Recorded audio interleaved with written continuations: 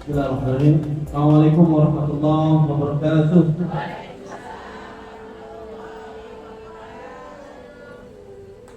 Alhamdulillahirabbil alamin.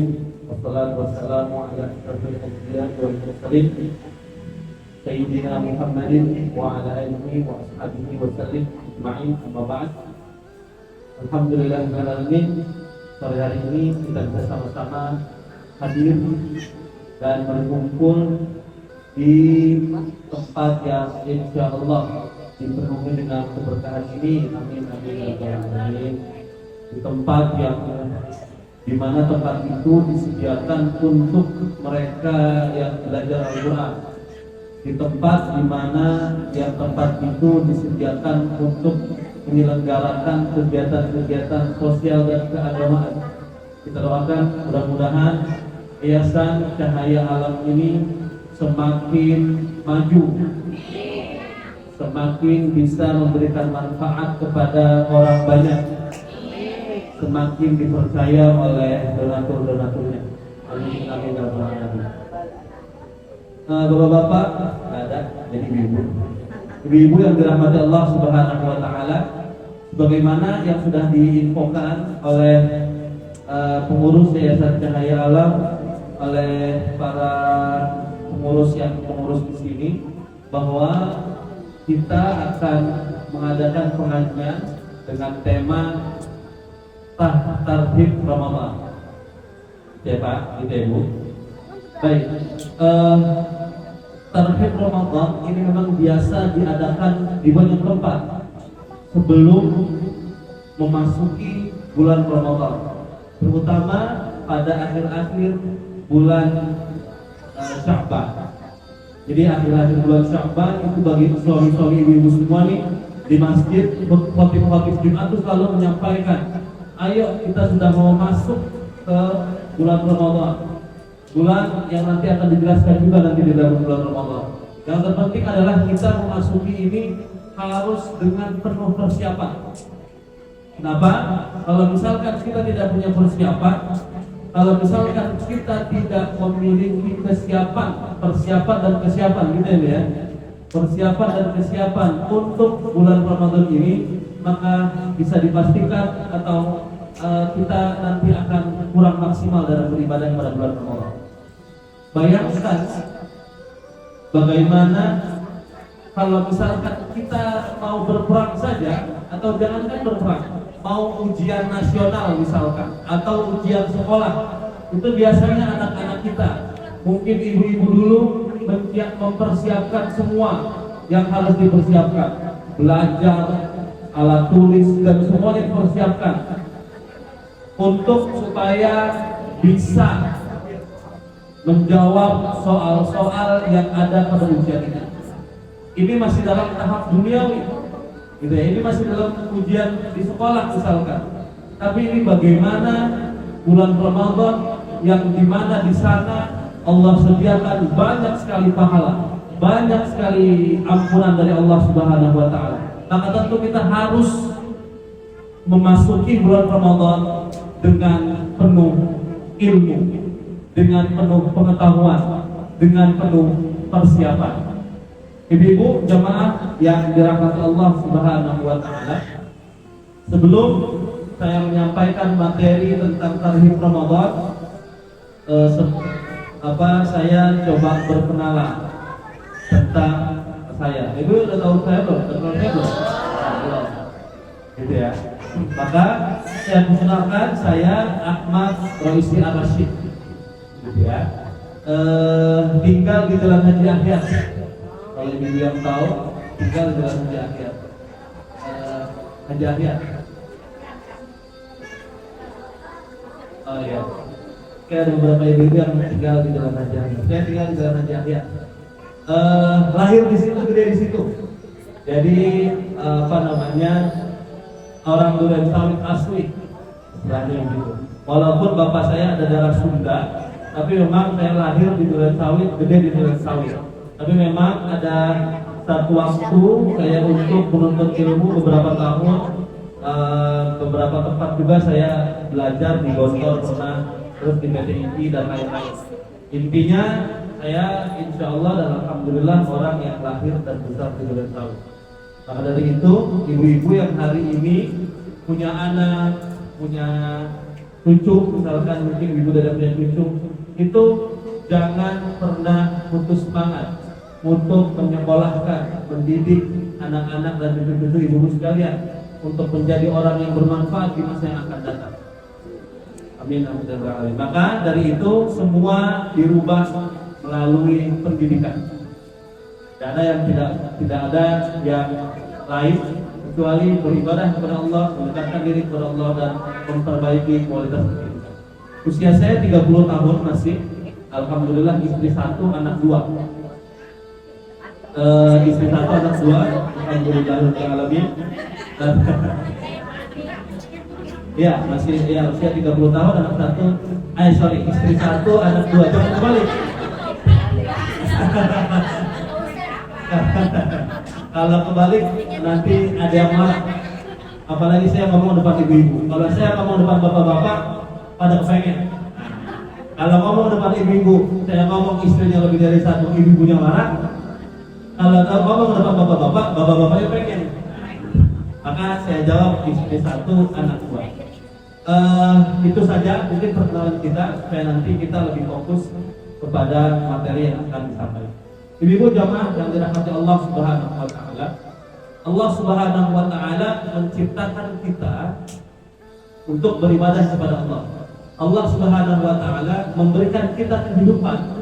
Itu dalam surat Al-Mulk dikatakan liyabluwakum ayyukum ahsanu amala. Gitu kan? Untuk menguji kalian barang siapa di antara kalian yang paling baik amalnya. Kalau bahasa kuliahnya, siapa amalnya yang paling berkualitas? Kalau bahasa kuliahnya, yang paling baik amalnya. Amal yang paling baik atau amal yang berkualitas itu akan terwujud melalui ilmu. Tidak lain. Oke. Sekali lagi saya katakan, amal yang bisa mendapatkan atau kita bisa mengerjakan suatu amalan atau suatu ibadah yang berkualitas, yang paling baik, gitu ya, itu tidak akan bisa terwujud kecuali dengan ilmu. Maka dari itu, pentingnya tarhib Ramadan, pentingnya kita mempersiapkan sesuatu untuk masuk bulan Ramadan adalah ini, supaya kita bisa mendapatkan bulan Ramadan, supaya kita bisa mendapatkan puasa, supaya kita bisa mendapatkan ibadah-ibadah yang berkualitas. Karena kata Allah disuruh perintahkan liyabluwakum ayyukum ahsanu amala. Untuk menguji kalian, untuk mencoba kalian, siapa di antara kalian yang paling berkualitas amal. Maka dari itu, kita pelajari dulu nih, apa yang harus kita persiapkan, apa yang harus kita siapkan sebelum memasuki bulan Ramadan. Ibu yang dirahmati Allah Subhanahu wa taala. Sekarang saya ingin bertanya, apa dampaknya? Nah, ini pertanyaan berarti harus dijawab. Yang bisa jawab dapat sepeda, enggak? Ya. Apa dampaknya jika agama tanpa ilmu? 1. 2. Apa dampaknya jika ilmu tanpa agama? Nah, yang bisa menjawab saya kasih hadiah, terima kasih. Yang bisa menjawab silahkan. Kira-kira apa dampaknya ketika agama tanpa ilmu? Lalu apa dampaknya ketika ilmu tanpa agama? Nah, ini saya jawab langsung aja. Ilmu, oke, kita balik dari agama. Agama tanpa ilmu itu seperti orang yang pincang. Gitu ya. Kita melihat ketidaksempurnaan dalam menjalani agamanya itu. Kenapa? Ibadahnya jadi tidak berkualitas. Ibadahnya jadi bisa ditolak oleh Allah Subhanahu wa taala. Ibadahnya menjadi tidak sah di mata Allah Subhanahu wa taala. Biarin aja Ustaz, masalah pahala dan enggak sah itu mah bagaimana Allah, enggak gitu juga. Kalau fikihnya tidak terlaksana, kalau fikihnya tidak disempurnakan, maka bagaimana Allah Subhanahu wa taala menerima amal? Contoh, kita nggak tahu, kita nggak punya ilmunya, mau sholat itu harus wudu. Pakai ilmu kan ya Bu ya? Iya. Maka sholatnya tidak sesederhana itu. Maka agama tanpa ilmu itu ibaratkan bisa jadi ibadahnya satu tidak berkualitas, bisa jadi ibadahnya dua tidak diterima oleh Allah Subhanahu wa Ta'ala, tiga bisa jadi ibadahnya tidak sah di sisi ketentuan yang sudah ditetapkan oleh Rasulullah Shallallahu Alaihi Wasallam. Itu kalau misalkan agama tanpa ilmu, beribadah tanpa ilmu. Sekarang kalau dibalik, saya sudah berilmu, tapi dia tidak beragama atau dia tidak menjalankan perintah-perintah dalam agama maksudnya. Apa yang terjadi? Buta. Orang yang berilmu, pinternya luar biasa, nilainya tinggi-tinggi, gitu ya. Terus di sekolah 2 tahun, setiap sekolah dia berjuara, ilmunya luar biasa dalam. Tapi dia tidak beragama, tidak menjalankan agamanya, buta dia. Kenapa? Karena jangan salah bahwa orang-orang yang tidak percaya Tuhan, bahwa orang-orang yang tidak percaya adanya agama, bahwa orang-orang yang tidak mau atau orang-orang yang akhirnya tersesat, itulah mereka orang-orang yang pintar. Orang yang pintar. Maka ilmu dan agama harus seimbang. Harus seimbang. Sebagaimana pendidikan dan agama dan pendidikan yang menunjang karir harus seimbang. Bagaimana kita lihat hari ini korupsi merajalela karena mungkin keagamaannya tidak kuat. Bagaimana hari ini orang-orang yang hanya belajar agama pada akhirnya karirnya tidak naik-naik karena ilmunya kurang. Maka dari itu semuanya harus seimbang. Itulah yang akan kita bahas hari ini, bahwa landasan kita berpuasa itu adalah dengan ilmu. Maka dari itu pentingnya ada tarhib Ramadan, menjelaskan tentang apa-apa saja yang harus dipersiapkan sebelum memasuki bulan puasa. Bapak ibu-ibu yang dirahmati Allah Subhanahu wa Ta'ala, kita lihat bagaimana ayat yang menjelaskan tentang syariat berpuasa. Jadi puasa itu syariat itu kewajiban. Kewajiban itu harus dijalankan untuk mereka yang beriman kepada Allah dan Rasulnya. Maka coba kita lihat bagaimana ayat atau perintah disyariatkannya puasa, terkhususnya puasa Ramadan. Itu tertulis dalam surat Al-Baqarah ayat 183. Allah Subhanahu wa Ta'ala berfirman, "A'udzu billahi minasyaitonir rajim. Ya ayyuhalladzina amanu kutiba 'alaikumusiyam kama kutiba 'alal ladzina min qablikum la'allakum tattaqun." Kalau baca ayat Quran disyaratkan sama guru-guru kita itu baca tafsirnya, walaupun tidak semuanya. Gitu kan? Kalau semuanya bisa sampai maghrib, dan gak mungkin kajian kita sampai maghrib. Maka walaupun bagian atau seperempat, yang penting kita baca tafsirnya. Supaya apa? Supaya kita tidak kehilangan jejak daripada ulama-ulama kita yang ada pada zaman dahulu, yang sudah meletakkan dasar keilmuan dalam Islam. Kita harus jaga itu sebagai warisan keilmuan di dalam Islam. Maka apa kata Ibnu Katsir dalam tafsirnya? Yaqulu ta'ala mukhatiban lil mu'minin min hadhil ummah wa amara lahum bisiyam. Dalam mengomentari ayat ini, Ibnu Katsir mengatakan, yaqulu ta'ala, Allah Subhanahu wa Ta'ala berfirman, mengatakan, memanggil untuk orang-orang yang beriman. Jadi panggilan puasa adalah panggilan yang Allah khususkan untuk mereka orang-orang yang beriman. Makanya bahasanya ya ayyuhalladzina amanu. Ini adalah panggilan khusus, panggilan VIP. Kalau misalkan kita dipanggil, panggilan khusus kepada ibu siapa? Dikhususkan dipanggilkan itu. Orang-orang lain nggak dipanggil, cuma dia doang yang dipanggil. Betapa bangganya kita dipanggil oleh orang yang terpandang. Misalkan Bapak Camat manggil kita, khusus undangannya buat kita seorang. Betapa bangganya kita hari ini.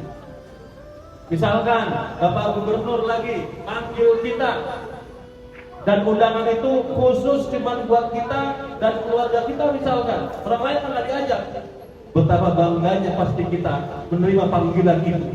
Tapi dalam Al-Quran ini Allah Subhanahu wa Ta'ala memberikan panggilan khusus hanya untuk orang-orang yang beriman kepadanya. Ya ayyuhalladzina amanu, yang gak beriman gak diajak. Gitu ya Bu ya. Yang gak beriman gak diajak. Kasihan. Kasihan. Maka itulah panggilan kasih sayang dari Allah Subhanahu wa Ta'ala. Maka apakah kita terpanggil dengan panggilan ini? Harus dibuktikan.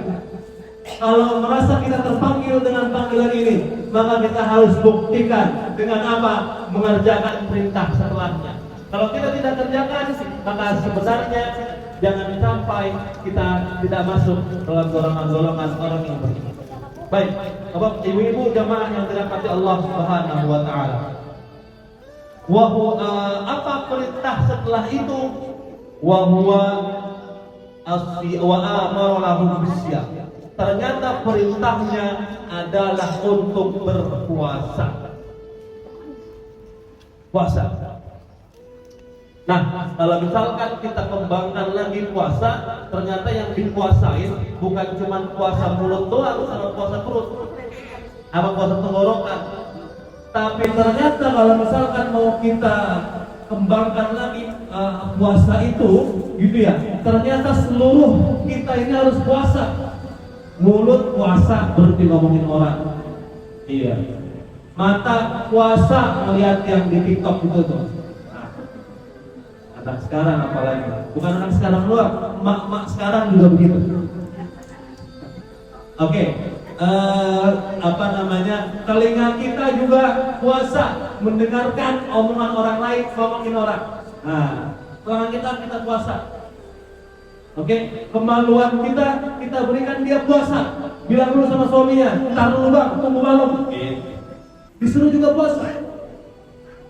Nah, maka dari itu puasa ini, perintah ini khusus Allah panggil untuk orang-orang yang beriman. Apa perintahnya? Disuruh puasa. Tapi kalau dalam bahasa fikih dikatakan dia puasa adalah al-imsaku 'anil ta'ami wasyarab wal waqa'i bainahu khalisatan lillahi azza wa jalla. Puasa adalah menjaga atau menghindari sesuatu daripada menghindarkan diri kita atau menjauhkan diri kita daripada makan, minum, sebagaimana yang ibu sudah tahu dari dibahas dan ditaklim. Menghindari makan, minum dan berhubungan suami istri dan lain-lain yang dilarang itu daripada kapan?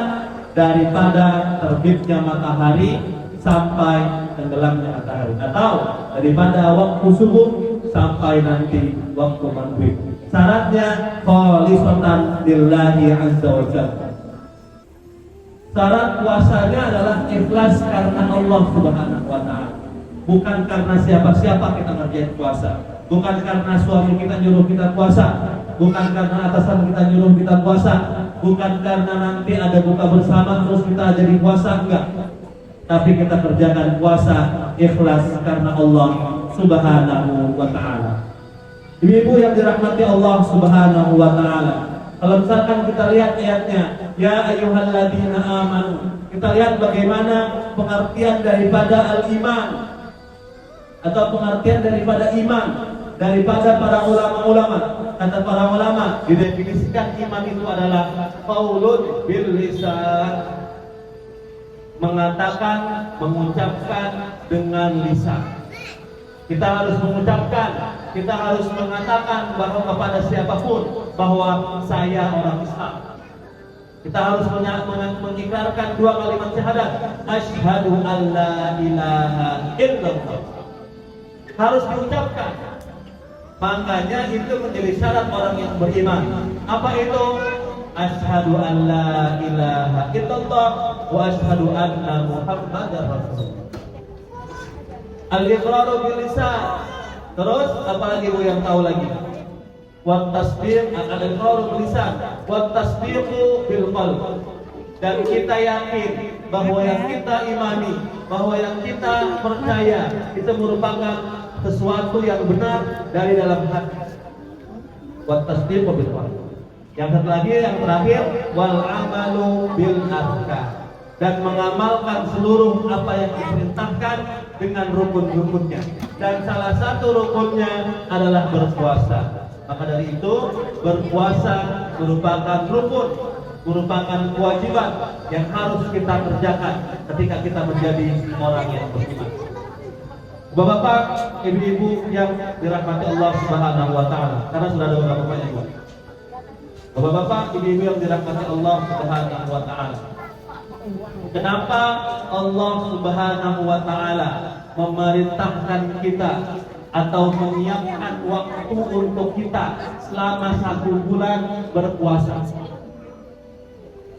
Satu, karena di dalam puasa memiliki keutamaan membersihkan diri kita.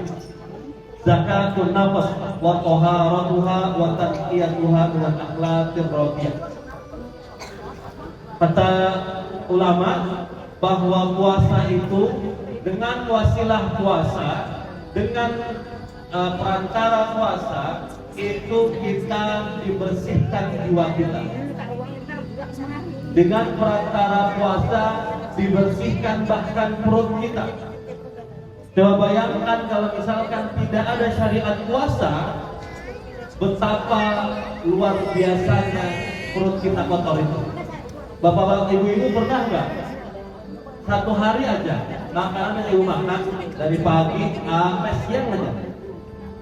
Misalkan pagi-pagi udah makan pisang goreng, ibu-ibu sendiri yang goreng buat suami juga. Lalu setelah itu minum teh panas atau minum kopi. Habis makan nasi goreng, habis makan pisang goreng, siangan dikit makan nasi uduk. Habis makan nasi uduk, siang terus makan nasi padang. Itu coba bayangkan, dikumpulkan dalam 1 blender, terus di blender. Bagaimana itu kelihatannya makanan itu? Nah, dengan puasa itu membersihkan tubuh kita. Tuh, itu baru segi kesehatan. Belum lagi nanti segi penyucian jiwa. Bayangkan selama sebelum bulan puasa, dari pagi kita udah ngomongin orang. Betul apa betul ibu-ibu? Siang-siang udah bukan ngomongin orang, siang-siang udah ngomongin suami sendiri. Betul apa enggak ibu-ibu? Itu suami saya pagi-pagi bukannya keluar cari duit kerja, masih aja mancing.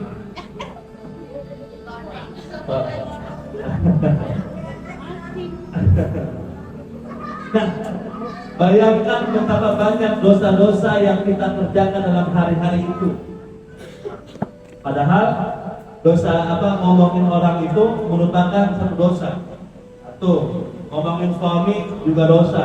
2. Terus selanjutnya adalah berapa banyak sebelum bulan puasa itu kita sholatnya kita tunda-tunda tuh. Sholat asar jam 5:30, sholat zuhur jam 2:30, sholat subuh jam 10 menit sebelum matahari terbit, sholat isya jam 10. Coba lihat pas bulan puasa, lihat aja. Sholat subuh karena sahur awal waktu, sholat zuhur awal waktu. Bisa jadi. Kenapa? Karena kita terdorong untuk terus beribadah. Sholat asar sebelum mengejar takjil, sholat asar dulu dah. Sholat maghrib ada buka bersama di masjid, ada buka bersama di cahaya alam. Buka maghrib, sholat awal waktu, sholat berjamaah. Sholat isya bareng sama tarawih. Coba itu bulan puasa. Allah siapkan dalam 1 tahun, 1 bulan untuk kita menjadi hamba Allah yang paling ibadahnya berkualitas. Itu bukti sayangnya Allah sama kita. Kama kutiba 'alal ladzina min qablikum. Orang sebelum Islam itu punya syariat puasa juga punya. Contohnya misalkan Nabi Adam, kalau saya tidak salah, 3 hari setiap bulan. Yang hari ini dikenal dengan puasa Ayyamul Bid, 3 hari setiap pertengahan bulan. Nah dulu itu yang dijalankan syariatnya sebelum turunnya syariat puasa, kan? Nah, ya di dalam tafsir Mukatsir dikatakan begitu, 3 kali dalam setiap bulan ini. Wa qad kana hadza fi ibtidal Islam yasumuna min kulli syahrin 3 ayyam. Sebelum Islam ada, sebelum syariat puasa diturunkan, 2 orang-orang itu menjalankan puasa, disyariatkan puasa 3 hari setiap bulan. Min kulli syahrin 3 ayyam. Gitu. Jadi setiap bulan diisi dengan berpuasa. Nah, ketika turunnya syariat puasa wajib pada bulan Ramadan, itu dijadikan sunnah, tidak ditinggalkan pekerjaan itu. Yang dihapus hanya nilai hukumnya. Nilai hukumnya puasa 3 hari itu bukan wajib lagi, tapi jadi puasa sunnah. 3 hari dalam setiap bulan. Jadi puasa sunnah yang kita kenal sekali lagi dengan puasa Ayyamul Bid. Nah, bayangkan bagaimana dalam 1 tahun itu Allah Subhanahu wa Ta'ala memberikan fasilitas kita 1 bulan untuk beribadah sebaik-baiknya. Ibu-ibu pernah ngerasain nggak di luar bulan puasa sholat khusyuk di bulan puasa? Ngerasain nggak? Jadi kalau di bulan puasa, di luar bulan puasa, kayaknya sholat itu kayak diuber-uber gitu ya, buru-buru ya sholat. Ngerasain nggak tuh? Padahal kalau habis sholat gak ngapa-ngapain, padahal habis sholat nongkrong-nongkrong lagi di depan rumah. Habis sholat ketemu dia lagi. Tapi kayaknya pas bulan puasa tuh sholat kita jadi lebih tenang. Itu memang Allah sudah desain untuk manusia.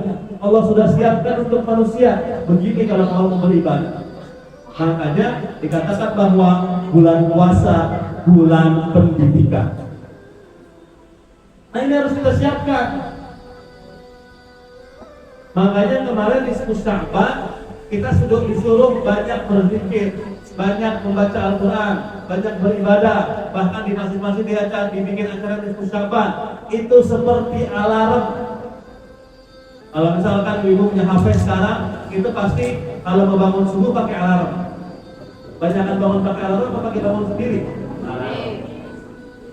Atau bangun sendiri, oke, alhamdulillah. Tapi banyak juga orang-orang yang nyeting alarm untuk bangun subuh. Itulah nisfu Sya'ban. Kita udah diingetin, nih mau dekat bulan puasa, 2 minggu lagi bulan puasa. Walaupun waktunya nunggu departemen agama, walaupun waktunya kapan puasa kita nunggu kemenang, nggak apa-apa. Yang penting 2 minggu lagi, dikit lagi bulan puasa. Apa yang harus dikerjakan? Perbanyak ibadah.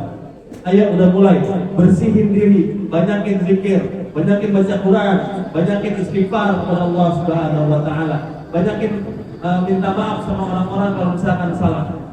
Itu adalah alarm buat kita, peringatan.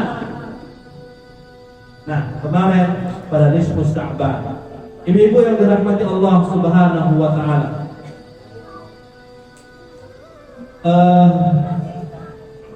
kalau misalkan lagi bicara tentang iman itu kata Imam Ibnu Taimiyah contoh, al-qaulu wal amal, perkataan dan perbuatan. Sudah itu aja. Pokoknya kalau Anda beriman, Anda harus buktikan dengan perkataan Anda, iya saya beriman, dan harus dibuktikan dengan amal.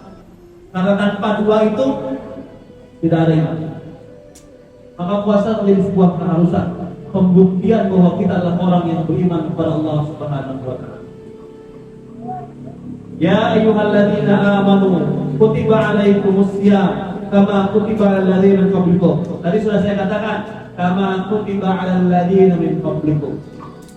Terakhir la'allakum tattaqun, supaya kalian menjadi orang yang bertakwa. Ibu-ibu yang dirahmati Allah Subhanahu wa Ta'ala, dalam sebuah hadis qudsi, ini hadis qudsi. Hadis qudsi itu hadis yang Rasulullah SAW bikin dengan bahasanya sendiri, tapi pesannya dari Allah Subhanahu Wa Taala. Namanya hadis qudsi. Jadi ini kita harus sadar, ini harusnya kita sadar nih dalam diri kita sendiri. Dengan hadis ini harusnya kita sadar bahwa nanti jawabannya setelah saya baca hadis qudsi. Kata Rasulullah SAW melalui firman Allah Subhanahu Wa Taala, ya ibadi, lau anna awwalakum wa akhirakum wa jinnukum wa insukum wa jinnukum kanu ala atqa qalbi rajulin wahidin minkum ma zada dzalika fi mulki syai'an. Kata Allah, wahai hamba-hambaku. Ini dipanggil lagi nih hamba-hambanya Allah Subhanahu Wa Taala. Apabila seluruh orang dari awal manusia sampai akhir manusia, satu, dari golongan jin dan manusia, dua, dari semua jenis kelamin laki-laki dan perempuan, tiga, seluruhnya menjadi orang yang bertakwa, gak ada yang nipu, gak ada yang ninggalin sholat, gak ada yang main judi online, gak ada yang membohongin orang, semuanya jadi orang yang soleh, semuanya jadi orang yang bertakwa, semuanya beribadah kepada Allah. Maka itu tidak menambah sedikit pun kemuliaan Allah Subhanahu Wa Taala. Karena Allah sudah mulia, maka kita beribadah kepada Allah tidak menambah sedikit pun kemuliaan Allah. Yang menjadi lebih mulia adalah kita yang beribadah.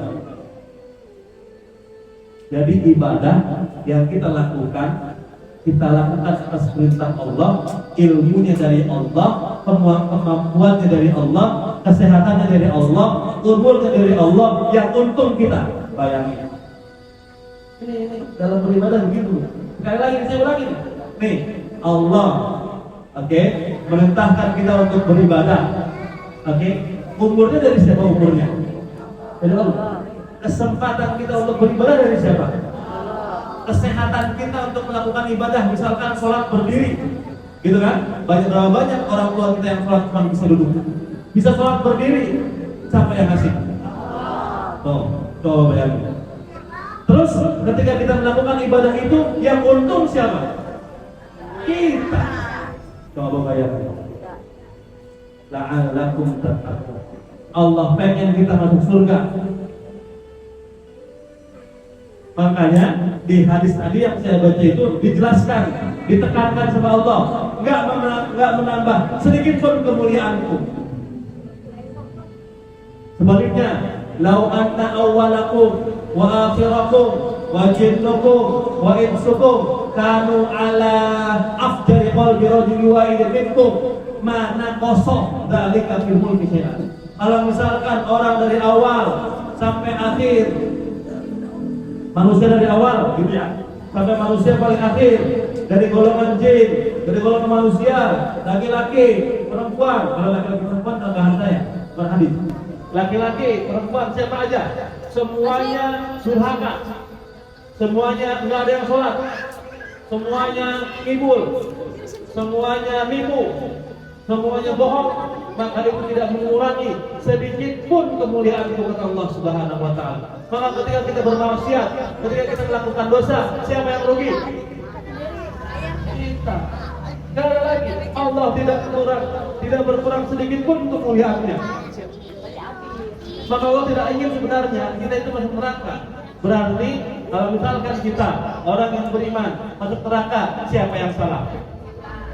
Saya nggak jawab. Ini beliau jawab. Maka dari itu ibadah ini harus kita bangun kesadaran bahwa ini adalah kebutuhan kita. Kita yang beribadah, semua modal dari Allah. Bayangkan, semua modal dari Allah. Kalau misalkan ibu mau buka usaha aja nih ya, ini pokoknya duit dan modal dari saya, warung dari saya, tempat dari saya, apalagi pelanggan saya kasih. Tapi terus semua penghasilan buat ibu-ibu doang, saya tak ngambil apa. Itu kira-kira senang gak tuh? Nah, kadang-kadang kan kalau orang buka usaha di tempat punya saya, terus alat-alat punya saya, yang kerja situ. Nanti penghasilan bagi dua ya, kan kalau manusia. Kalau Allah enggak, tempat dari saya, modal dari saya, apalagi modal duit dari saya, apalagi kesehatan dari saya, kata Allah. Semuanya dari saya, tapi saya tidak ngambil sedikit pun. Semua keuntungannya buat kamu. Tuh lihat. Oh Allah tuh kalau misalkan menetapkan sesuatu untuk hamba. Maka Allah sayang sama kita semua. Bisa diartikanlah puasa la'allakum tattaqun, supaya kita menjadi hamba-hamba Allah yang benar. Setelah bulan puasa, mudah-mudahan nanti ketika puasanya tadi kita lakukan terbaik karena kita punya ilmunya. Oke, kita lakukan puasa kita berkualitas karena kita punya ilmunya. Diharapkan setelah bulan puasa kita jadi orang yang benar. Ada lagi. Maka camkan tadi saya omong, semua ibadah yang kita lakukan keuntungannya adalah buat kita.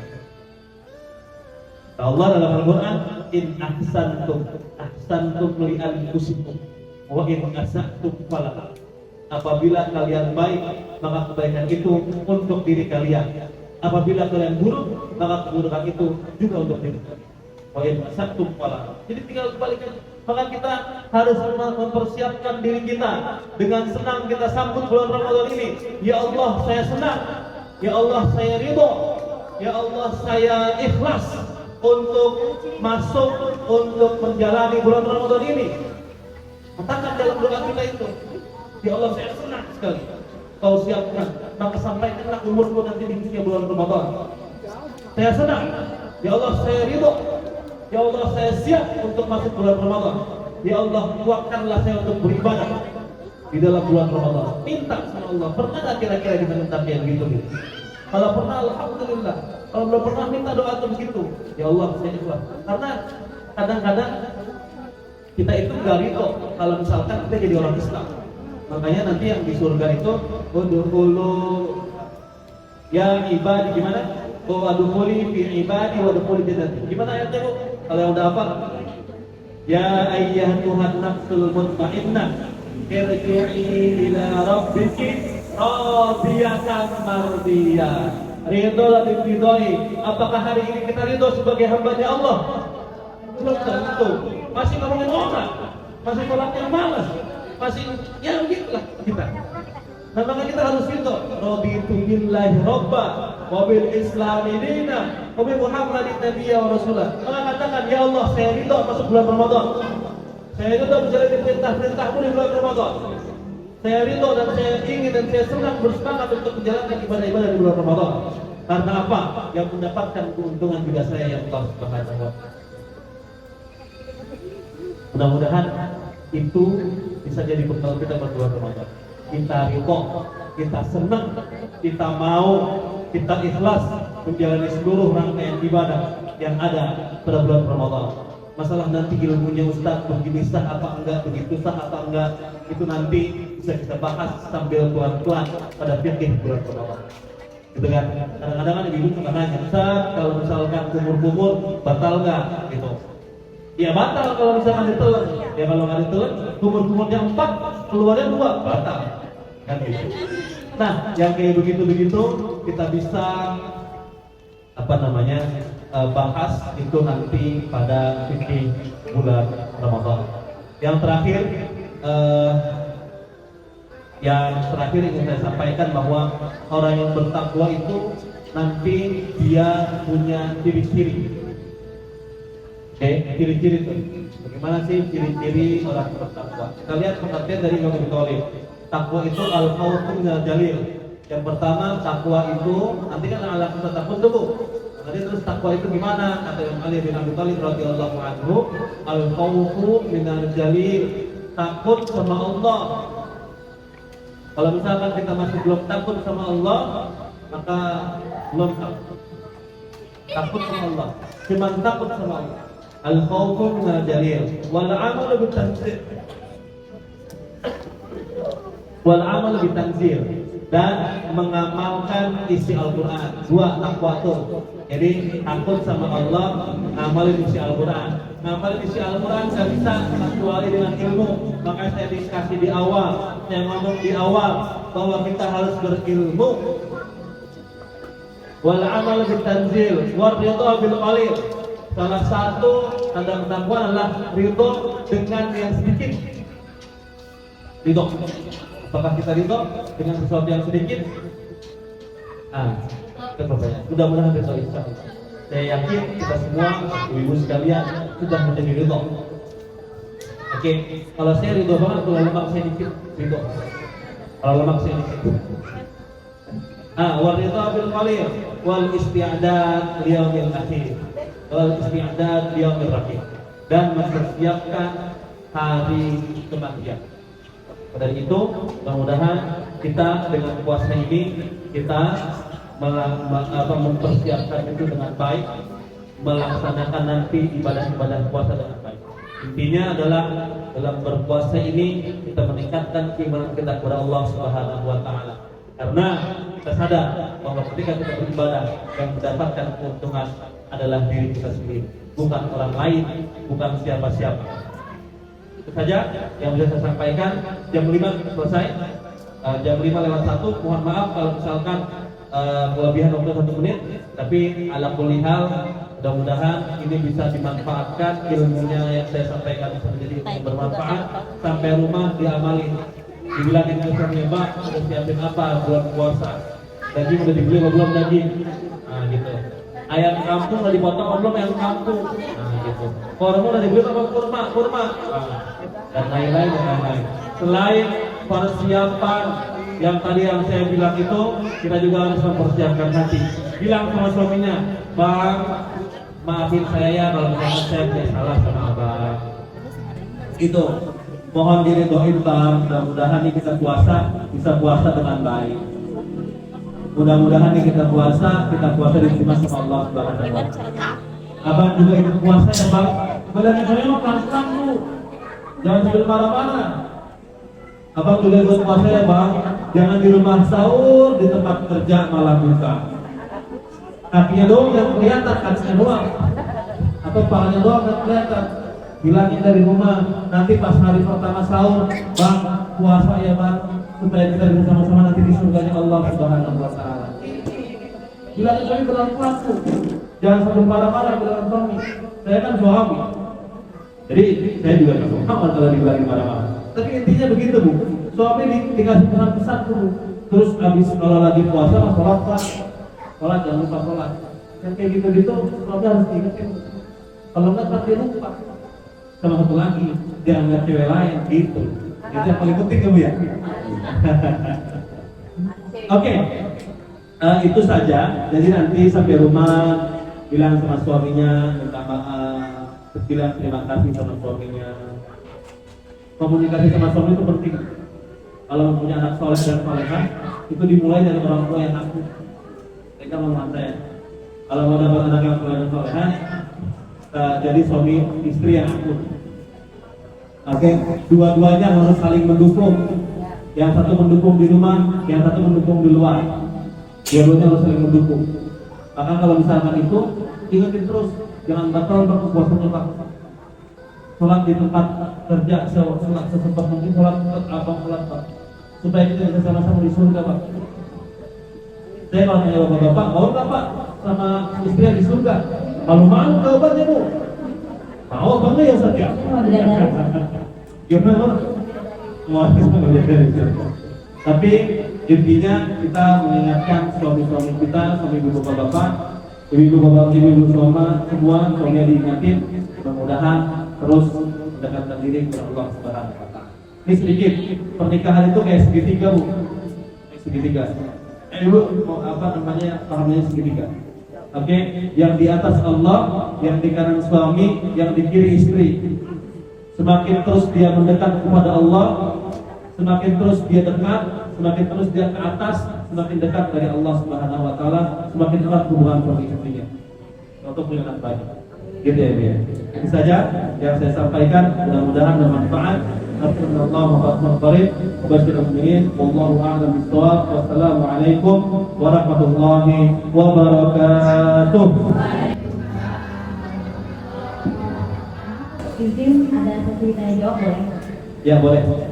Silakan ibu, ada yang mungkin ditanyakan atau mungkin kurang jelas atau mungkin masalah Ramadan, boleh langsung dengan Ustaz Faris.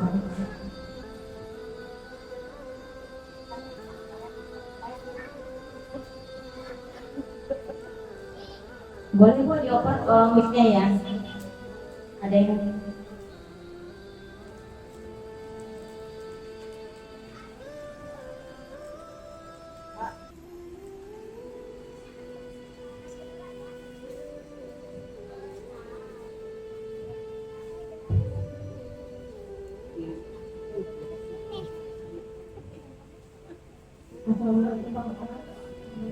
Waalaikumsalam warahmatullahi wabarakatuh.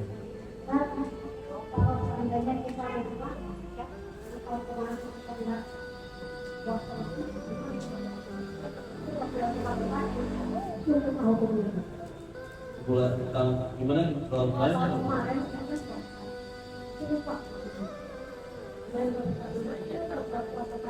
Belum dibayar, bayar sebelum puasa gitu. Jumlahnya berapa yakinnya, kira-kira berapa yakinnya ganti segitu udah selesai.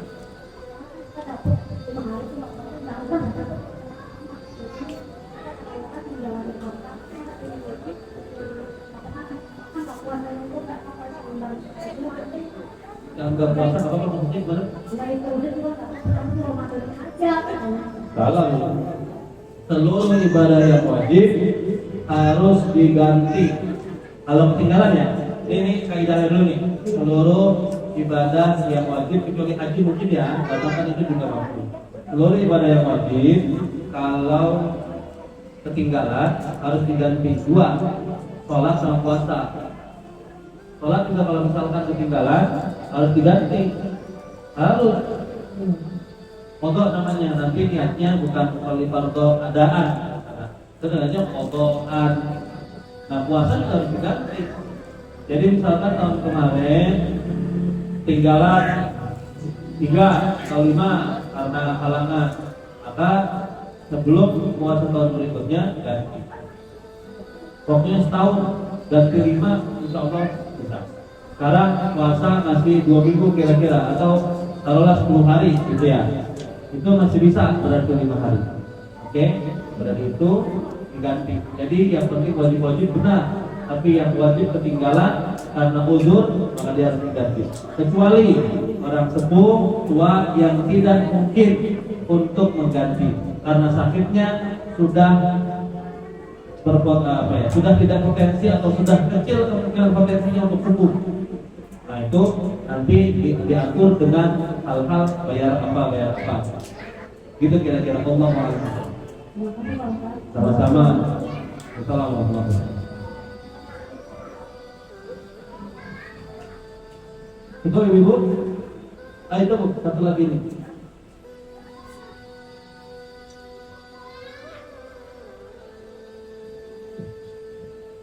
Assalamualaikum Bapak. Iya Bu. Bu Siti. Iya. Saya mau nanya nih ya, beberapa hari yang lalu capean.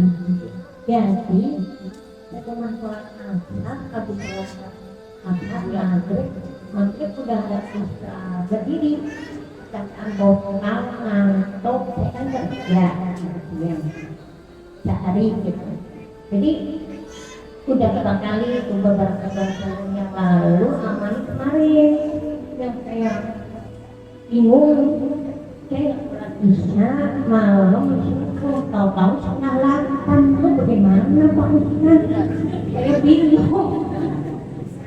Kalau apa perlu diganti, apa perlu dipoto atau bagaimana gitu. Maka saya lelah. Iya. Lemes. Iya. Terima kasih Ibu. Ya, Assalamualaikum. Assalamualaikum. Sholat subuhnya digantinya ketika bangun. Jadi barang siapa yang bangun, terus gak bangun, terus tetap sendiri udah lewat, dan dia bangun langsung sholat subuhnya. Sholat isyanya diganti di waktu isya. Jadi bacanya 2 kali. Perlu diganti. Iya diganti. Tapi 4 rakaat bisa. Iya, tapi setelah sholat isya. Oh. Jadi setelah sholat isya sholat lagi dengan niat qada'an lillahi ta'ala. Tapi yang sholat subuhnya dikerjakan pas langsung ketika kamu datang benar-benar siakan ya, bukan siakan yang diada-adakan. Jangan atau kamu langsung sholat. Allahu a'lam bishawab. Itu kira-kira. Makasih ya Pak Ustaz. Sama-sama Ibu. Terima kasih atas perhatiannya. Kita tutup dengan doa kepada Allah Subhanahu wa taala. Dengan niat mudah-mudahan Allah Subhanahu wa taala menyampaikan kita di bulan Ramadan. Hajatnya yang pertama itu kita disampaikan oleh Allah Subhanahu wa taala di bulan Ramadan. Dua, kita bisa beribadah dan beramal soleh secara baik pada bulan Ramadan. Dan kita diterima seluruh ibadahnya oleh Allah Subhanahu wa taala. Alhamdulillah salihah wa ila hadratin Nabi Mustafa wa Rasulullah sallallahu alaihi wasallam. Al-Fatihah. Alhamdulillah rabbil alamin arrahmanir rahim maliki yaumiddin iyyaka na'budu wa iyyaka nasta'in ihdinas siratal mustaqim siratal ladzina an'amta 'alaihim ghairil maghdubi 'alaihim waladdallin. Astaghfirullahaladzim, astaghfirullahaladzim, astaghfirullahaladzim. Hamdan syakirin, hamdan na'imin, hamdan yuwafi ni'amahu wa yukafi mazidah. Ya Rabbana ilahana lakal hamdu wa lakal mulku wa lakal syukru wa min bani min jalali wa syukral karim wa li'azim sultani. Allahumma salli wa sallim ala sayyidina Muhammadin wa ala ali sayyidina Muhammad. اللهم تقبل منا إنك أنت السميع العليم وتب علينا إنك أنت التواب الرحيم. اللهم اغفر لنا ذنوبنا ولوالدينا وارحمهما كما ربيانا صغارا. اللهم اغفر لنا ذنوبنا ولوالدينا وارحمهما كما ربيانا صغارا. اللهم اجعل جمعنا هذا جمعا مرحوما وتفرقنا من بعده تفرقا معصوما ولا تجعل فينا ولا منا ولا معنا شقيا ومحروما. اللهم ربنا لا تؤاخذنا إن نسينا وأخطأنا. ربنا ولا تحمل علينا إصرا كما حملته على الذين من قبلنا. ربنا ولا تحملنا ما لا طاقة لنا به. واعف عنا واغفر لنا وارحمنا. أنت مولانا فانصرنا على القوم الكافرين. ربنا أرنا الحق حقا وارزقنا اتباعه وارنا الباطل باطلا وارزقنا اجتنابه. ربنا هب لنا من أزواجنا وذرياتنا قرة أعين واجعلنا للمتقين إماما. اللهم بارك لنا في شعبان وبلغنا رمضان. اللهم بارك لنا في شعبان وبلغنا رمضان. ربنا آتنا في الدنيا حسنة وفي الآخرة حسنة وقنا عذاب النار. سبحان ربك رب العزة عما يصفون وسلام على المرسلين والحمد لله رب العالمين. Terima kasih Ibu atas kehadirannya. Kita tutup dengan membaca lafaz hamdalah alhamdulillahirabbil alamin dan doa kafaratul majlis. Subhanakallahumma wa bihamdika asyhadu an la ilaha illa anta astaghfiruka wa atubu ilaik. Assalamualaikum warahmatullahi wabarakatuh.